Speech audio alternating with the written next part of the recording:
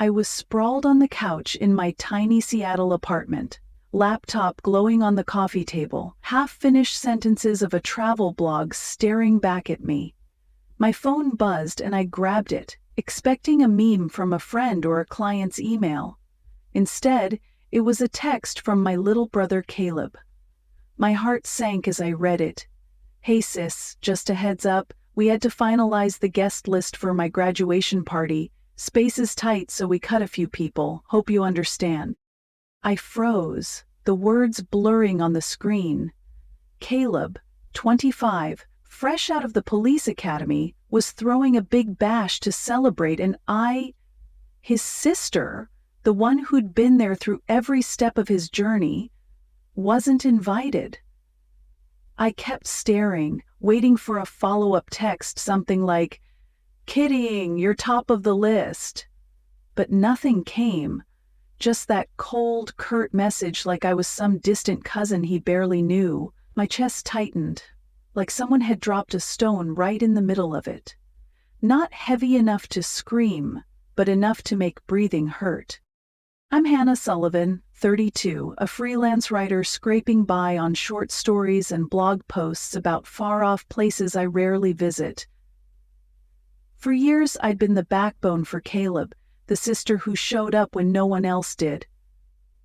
When he was stressing out at the academy, I'd stay up late, texting him through panic attacks, telling him he was tougher than he thought.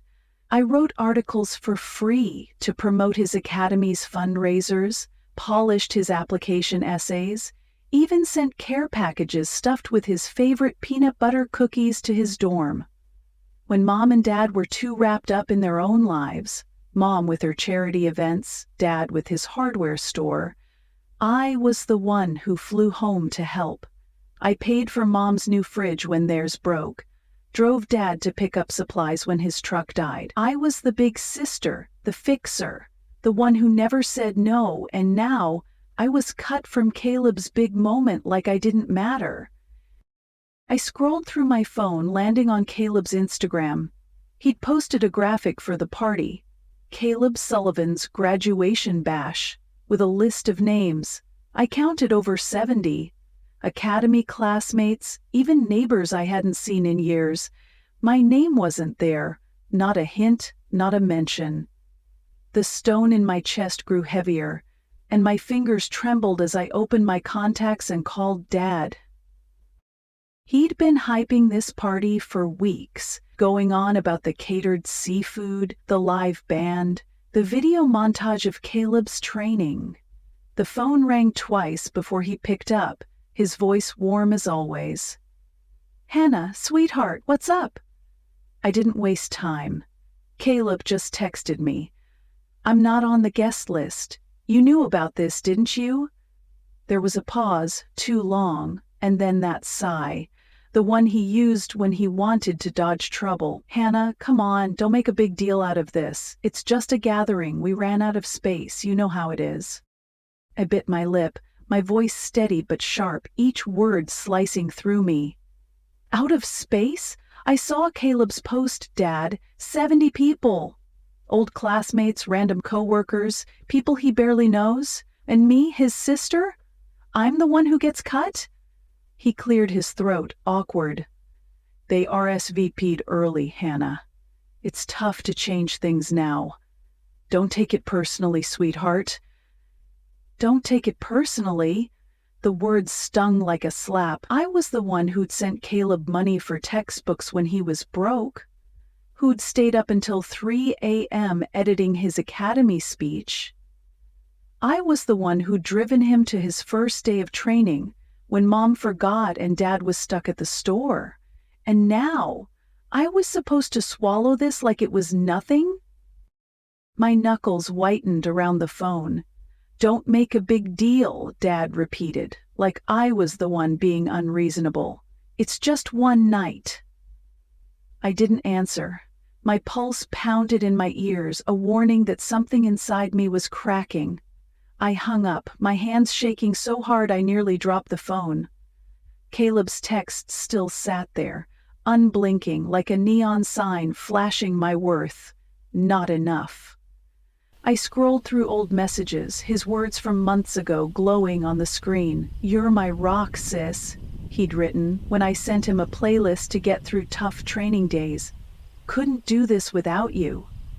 I'd saved those texts, clung to them like proof I mattered.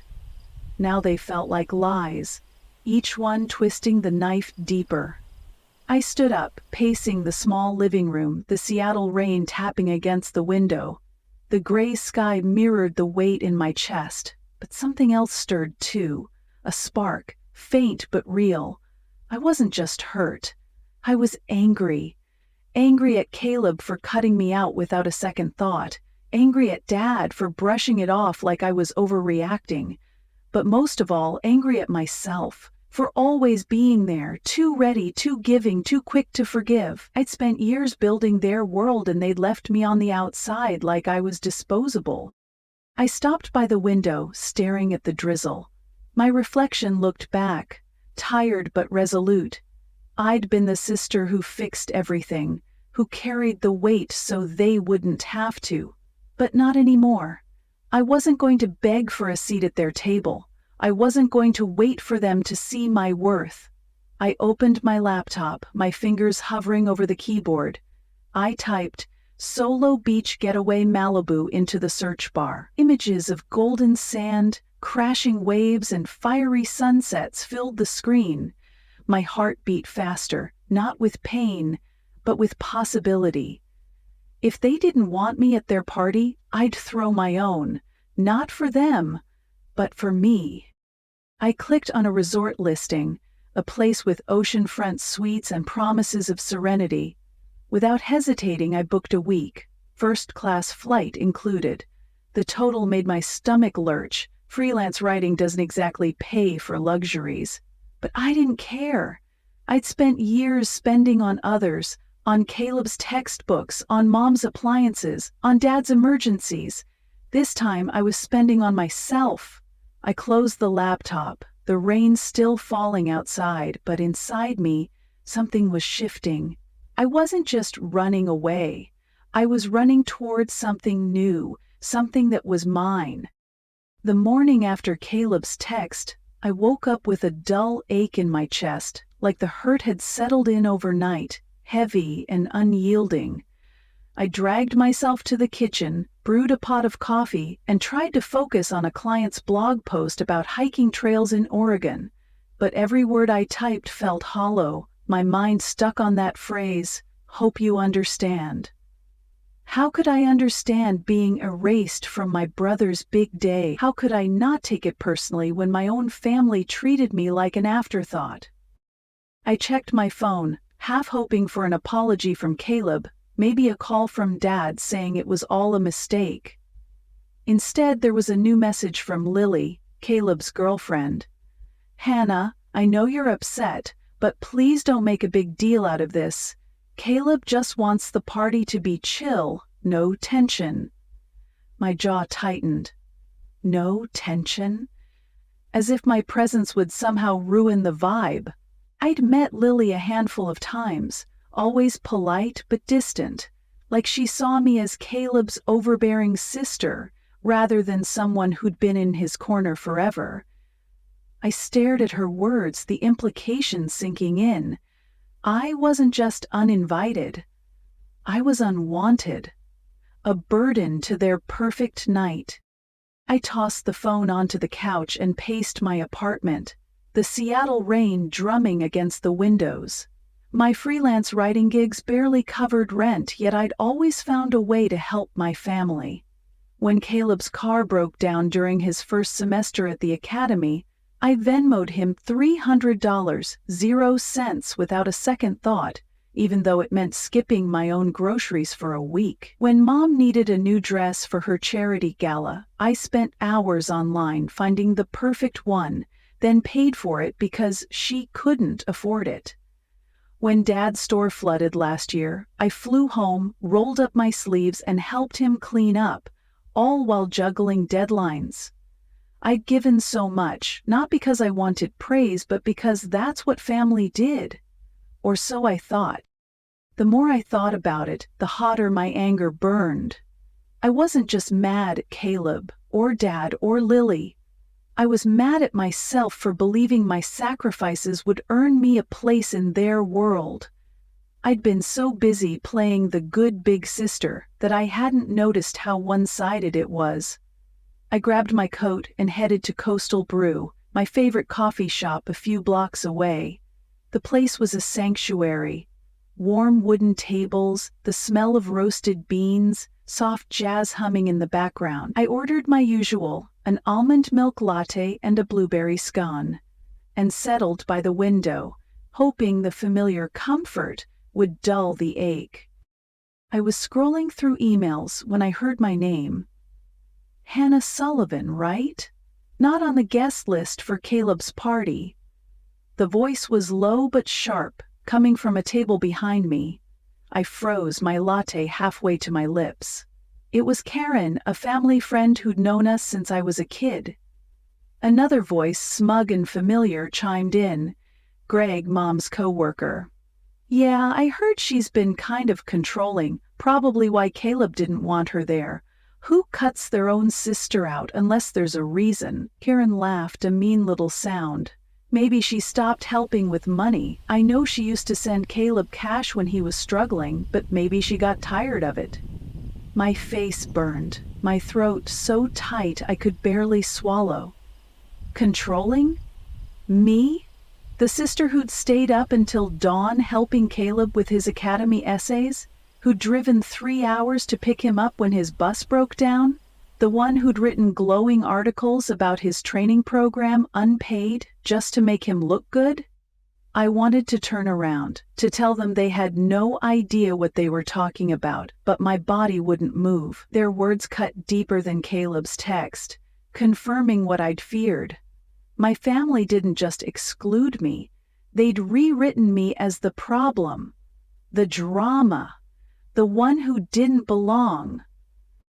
I left my latte untouched and walked out, the scone crumbling in my hand. The rain had stopped, but the air was cold, biting at my cheeks. I wandered without direction, my mind replaying every moment I'd given to my family. I remembered the summer before Caleb started at the academy when he was a nervous wreck, doubting himself. We'd sat on the porch of our parents' house, and he'd looked at me, eyes wide. If I mess this up, will you still be proud of me? I'd hugged him, promised I'd always have his back.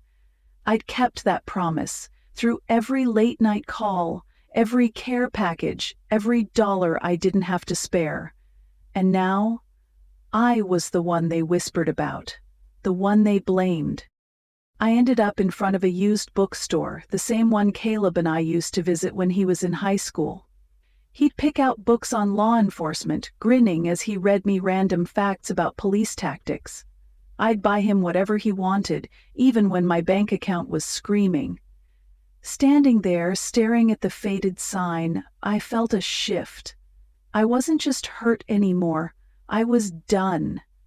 Done being the sister who gave everything and got nothing. Done letting them define me as the problem, when all I'd ever done was show up. Back at my apartment, I opened my laptop, my hands steadier than they'd been in days.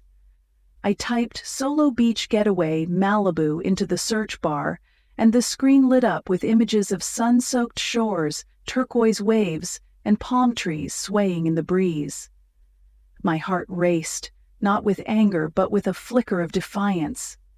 If my family thought I wasn't worth a seat at their table, I'd build my own. I clicked on a resort listing, a luxurious spot with oceanfront suites, yoga classes, and sunset cocktails. The price made me wince. Freelance writing wasn't exactly a gold mine, and this would wipe out my savings. But I'd spent years pouring money into my family's needs. Mom's gala dresses, Dad's store repairs, Caleb's emergencies. This time, I was investing in me. I booked a week, first-class flight included, my finger hovering over the confirm button for only a second before I clicked. The confirmation email pinged, and I leaned back, a strange calm washing over me. I wasn't running away from my family's rejection. I was running towards something better, something that belonged to me. I closed my laptop and looked out at the Seattle skyline, the clouds parting just enough to let a sliver of light through. For the first time in years, I felt like I was choosing myself. And it felt right. The moment the plane touched down in Los Angeles, I felt a shift, like the weight in my chest had loosened just a fraction. The California sun was relentless, wrapping me in warmth as I stepped off the tarmac, my suitcase trailing behind me. I'd splurged on a first-class ticket, something I'd never done in my 32 years of pinching pennies as a freelance writer. And for once, I didn't feel guilty. The flight attendants had treated me like I mattered, offering me wine and a warm towel, and I let myself believe I deserved it. By the time I reached the Malibu resort, the Seattle rain and Caleb's cold text felt like a lifetime away. The resort was everything the website promised and more. Palm trees swayed along a path lined with white flowers, leading to a sprawling complex of glass and wood that seemed to melt into the ocean. My suite was a dream, floor-to-ceiling windows opening to a private balcony, the Pacific stretching out in shades of turquoise and gold. A bottle of red wine sat on the table with a note, "Welcome to paradise, Hannah." I poured a glass, the rich berry scent grounding me, and stood on the balcony, letting the sound of crashing waves wash over me. For the first time in days, I could breathe without that stone pressing on my chest. I wasn't here to forget my family's betrayal. I was here to remember who I was without them. That first morning, I signed up for a yoga class on the beach. The instructor, Zoe, was a graphic designer in her late 20s, with sun-bleached hair and a laugh that made you feel like you'd known her forever.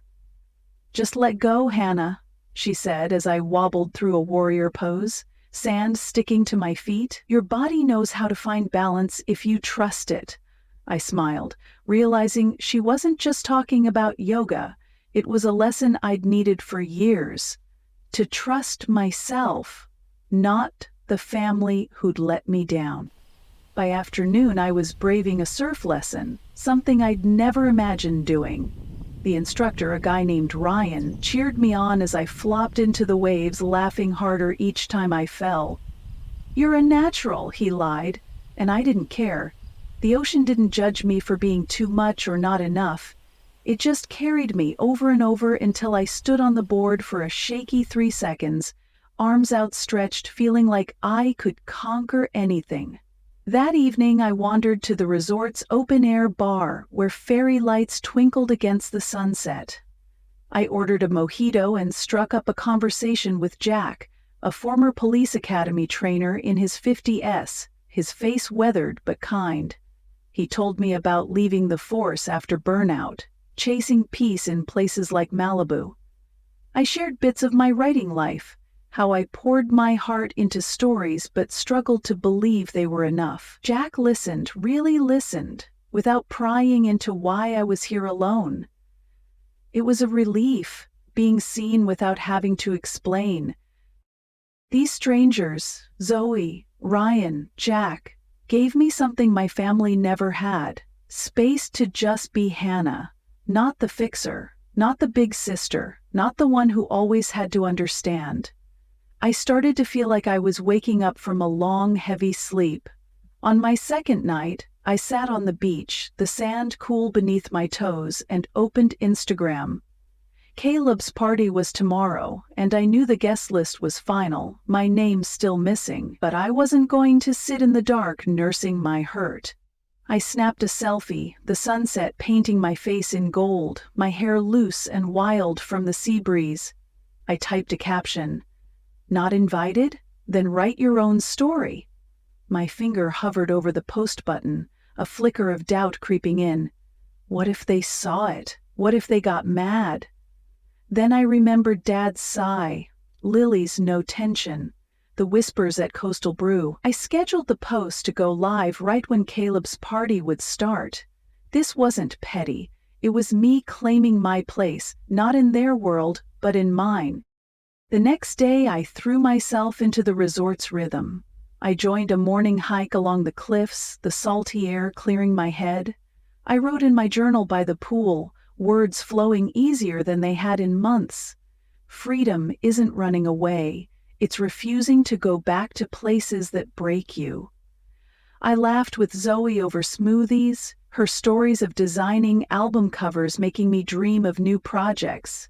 I even let Jack teach me how to play darts at the bar, his gentle teasing pulling me out of my shell. Each moment felt like a stitch, sewing up the wounds my family had left.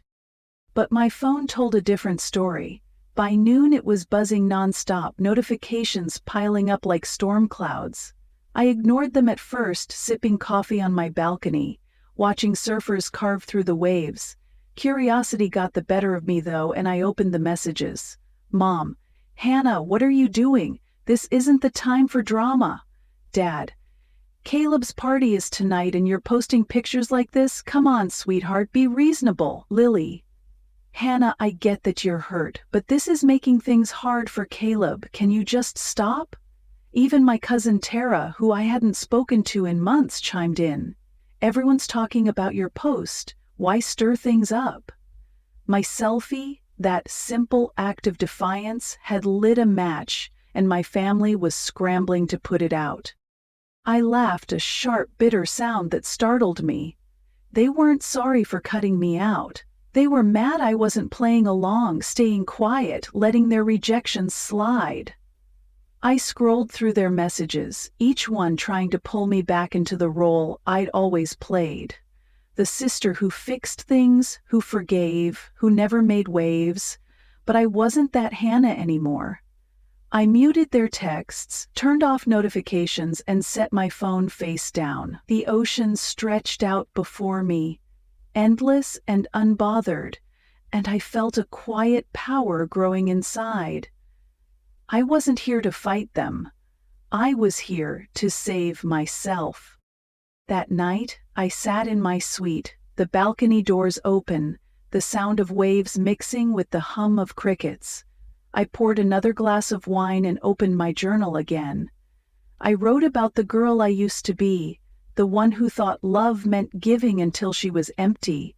I wrote about the woman I was becoming, the one who chose herself, who found joy in strangers' smiles and the rhythm of the sea.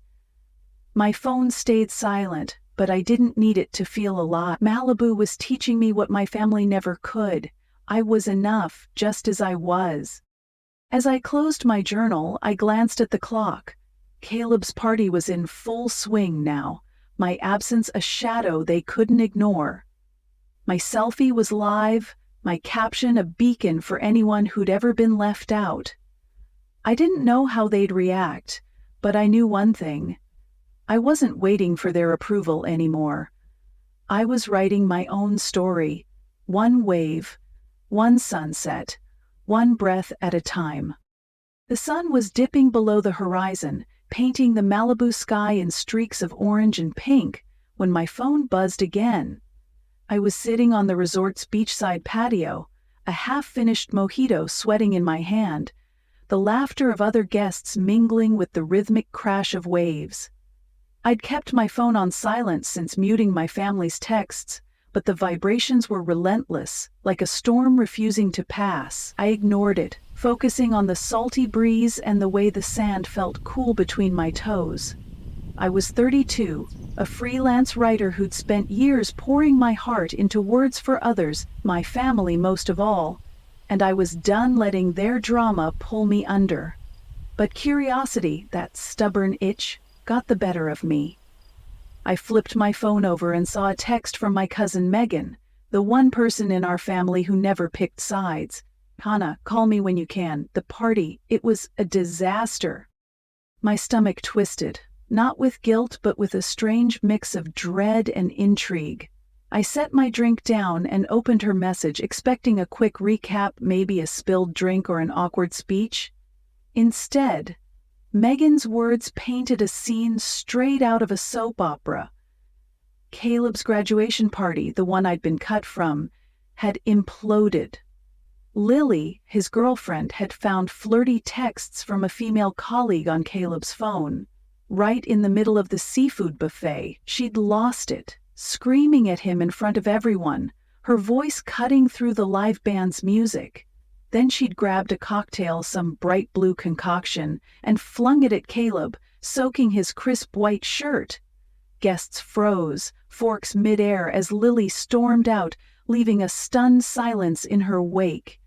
Caleb, humiliated and furious, punched a brick wall by the venue's entrance, only to end up with a fractured wrist and a one-way trip to the ER in an ambulance. Half the guests, those 70-plus names on Caleb's precious list, slipped out quietly, leaving my parents to clean up the mess. But the real gut punch came from Megan's next detail. Grandma Margaret, who'd always seemed to favor Caleb, stood up after the chaos, her voice steady despite her age. She pointed at Caleb, his hand already swelling, and said, "You threw away the one person who loved you without question. Don't expect forgiveness for turning your back on your own blood." I read the words twice, my heart pounding. Margaret, who'd spent years praising Caleb's every move, had called him out for cutting me out. Even in my absence, I'd become the center of the night, my name echoing through their disaster like a ghost they couldn't ignore. I leaned back in my chair, the ocean's roar grounding me. Part of me wanted to feel vindicated, to savor the irony of their perfect party crumbling without me there to hold it together. But the bigger part just felt hollow. They'd built this celebration on my exclusion, and now it had backfired. Not because I'd done anything, but because they'd let their own flaws unravel them. I was about to put my phone away when it buzzed again, this time with a flood of messages from the family group chat I'd muted. I unmuted, bracing myself. "Mom, Hannah, this is all getting out of hand. Caleb's a wreck and your little stunt online isn't helping. Dad, your brother's in the hospital and you're off posting selfies? We need you here, Hannah." Lily, "I know I messed up, but you're making Caleb feel worse with your posts. Can you just talk to him?" Even Aunt Karen, who'd gossiped about me at Coastal Brew, had the nerve to chime in. "Everyone's upset, Hannah. Your post stirred up so much drama." I stared at the screen, my blood boiling. Not one apology. Not one question about how I was feeling. They weren't sorry for leaving me off the guest list. They were mad I dared to live without their permission. In their eyes, I was the villain for posting a selfie, for choosing myself, while Caleb's meltdown and Lily's outburst were somehow my fault. I was ready to block them all when a voicemail from Dad popped up. I played it, his voice strained. "Hannah, I don't get why you're blowing this up. Your mom's been crying all night. Caleb's in pain, physically and emotionally. You're the adult here. This is when family steps up." I pressed my lips together, the words cutting deeper than I expected. Family steps up.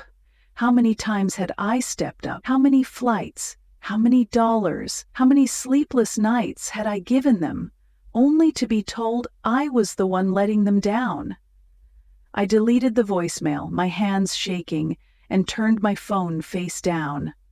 The waves kept crashing, steady and unbothered, and I clung to their rhythm like a lifeline.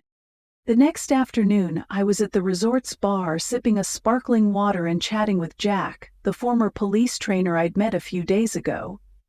He was telling me about a fishing trip gone wrong, his laugh warm and easy, when he paused, his eyes narrowing. "Hannah, there's something I've been meaning to say. I used to work with Caleb at the academy.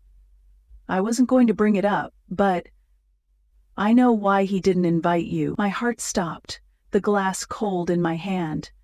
"What do you mean?" I asked, my voice barely above a whisper. Jack leaned in, his voice low. "A few months back, Caleb was venting to some of us trainers. He said he heard from a buddy that you'd been talking to Lily, saying he wasn't ready for the academy, that he'd fail. Apparently it got Lily all worked up, thinking he was hiding stuff from her. Caleb was pissed, said he didn't want you at the party because he thought you were stirring trouble. I felt like I'd been slapped. That's not true, I said, my voice shaking. I never said anything like that to Lily. I've only ever supported Caleb. Jack nodded, his expression soft. I figured as much, but Caleb believed it, never checked with you. Sounded like some friend of yours started the rumor, someone jealous. I just thought you should know. The truth hit me like a wave, cold and sharp. Caleb hadn't just forgotten me or run out of space. He'd deliberately cut me out, convinced I'd betrayed him, based on a lie he didn't even bother to verify. All those years I'd been his rock, his cheerleader, and he'd chosen a stranger's word over mine. I thanked Jack, my voice hollow, and walked back to my suite, the sunset blurring through tears I didn't want to shed. I opened the group chat again, the messages still blaming me, still demanding I fix their mess. They didn't know about the rumor, didn't care why I was gone. They just wanted me back in my old role, cleaning up their chaos, smoothing over their mistakes. I stood on my balcony, the ocean dark and endless below. I could go home, confront Caleb, demand the truth. But what would that change? They'd never owned up to their part, never seen me as more than the sister who fixed things. I opened my journal, my pen shaking. I didn't cause their mess just because I wasn't there to clean it up, I wrote. Then I did something I hadn't planned. I muted the group chat for good. The silence was deafening, but it was mine. I wasn't going back to being their fallback. Not now, not ever. The Malibu sunrise was a quiet miracle, golden light spilling over the ocean, turning the waves into a shimmering canvas. I stood on my balcony, a mug of coffee warming my hands, the sea breeze tangling my hair. It was my last scheduled day at the resort, but as I watched the horizon, I knew I wasn't ready to leave. Not because I was afraid of facing my family, but because I'd found something here, myself. And I wasn't done soaking it in. I was Hannah Sullivan, 32, a freelance writer who'd spent years giving pieces of my heart to a family that didn't see me. Now, in this sunlit corner of the world, I was whole. I'd muted the family group chat after Jack's revelation about Caleb's betrayal, and the silence was a gift. No more texts blaming me for their chaos, no more voicemails demanding I fix what they'd broken. But that morning, a message slipped through from Megan, my cousin who'd stayed out of the drama. Hannah, heads up. Mom's planning a family meeting next week to clear the air. They're calling you the guest of honor. I laughed, a soft, bitter sound that dissolved into the wind. Guest of honor? It was a trap, a stage for them to guilt me back into the role I'd played for years. The sister who smoothed things over, who forgave, who never asked for anything in return. I typed a reply, my fingers steady. I'm too busy living my life. Good luck with their mess. No apologies, no explanations. Just me, drawing a line in the sand. I spent my days in Malibu embracing the freedom I'd denied myself for so long. I wrote in my journal by the shore. Stories and reflections flowing like the waves. Each word a step toward the writer I wanted to be. I joined Zoe for a sunset painting class, her easy laughter pulling me out of my head as we smeared colors across canvases. I surfed again, falling less this time, the ocean teaching me to trust my balance. Jack and I shared stories over coffee, his tales of leaving the police force, reminding me that starting over was possible, no matter how deep the roots. These strangers had become my anchors, not because they needed me, but because they saw me, Hannah, not the sister, not the fixer, just me. I opened my journal one evening, the resort's fairy lights glowing outside my window. I wrote, Living for how others see you turns you into a shadow of yourself. I'd spent years trying to be the perfect daughter, the selfless sister, the one who never let anyone down. But perfection was a cage, and I'd broken free. Malibu hadn't just healed me, it had shown me who I was when I stopped trying to earn my family's love. I didn't need their guest list, their approval, their half-hearted apologies. I was enough. On my final morning, I walked to the resort's front desk, my heart light. The receptionist, a woman with a warm smile, looked up. "Checking out, Hannah?" I shook my head, grinning. "Actually, can I extend my stay another week?" She tapped her keyboard, unfazed. "You're in luck. Your suite's free." I nodded, feeling a rush of certainty. I wasn't running from my family. I was choosing a place where I felt alive, where I belonged. Later, I stood on the beach, the sun high, and snapped one last photo. Me, barefoot, the ocean sparkling behind me, my smile unguarded. I posted it to Instagram with a caption, "I didn't vanish, I just started living where I belong." Comments poured in from friends, strangers, even a former client. "You're glowing, Hannah. This is the vibe I need in my life." Their words wrapped around me like a hug, proof that I wasn't alone, that my worth wasn't tied to my family's blind. I returned to my suite, opened my laptop, and started a new story. Not for a client, but for me. It was about a woman who found herself on a beach, who learned that love begins with herself. As the waves sang outside, I knew I'd carry Malibu with me, not as a place but as a truth. The bravest thing you can do is walk away from what hurts you and build a life that's yours. My family's mess wasn't my fault, and their chaos wasn't mine to fix. I was Hannah Sullivan, and I was finally free.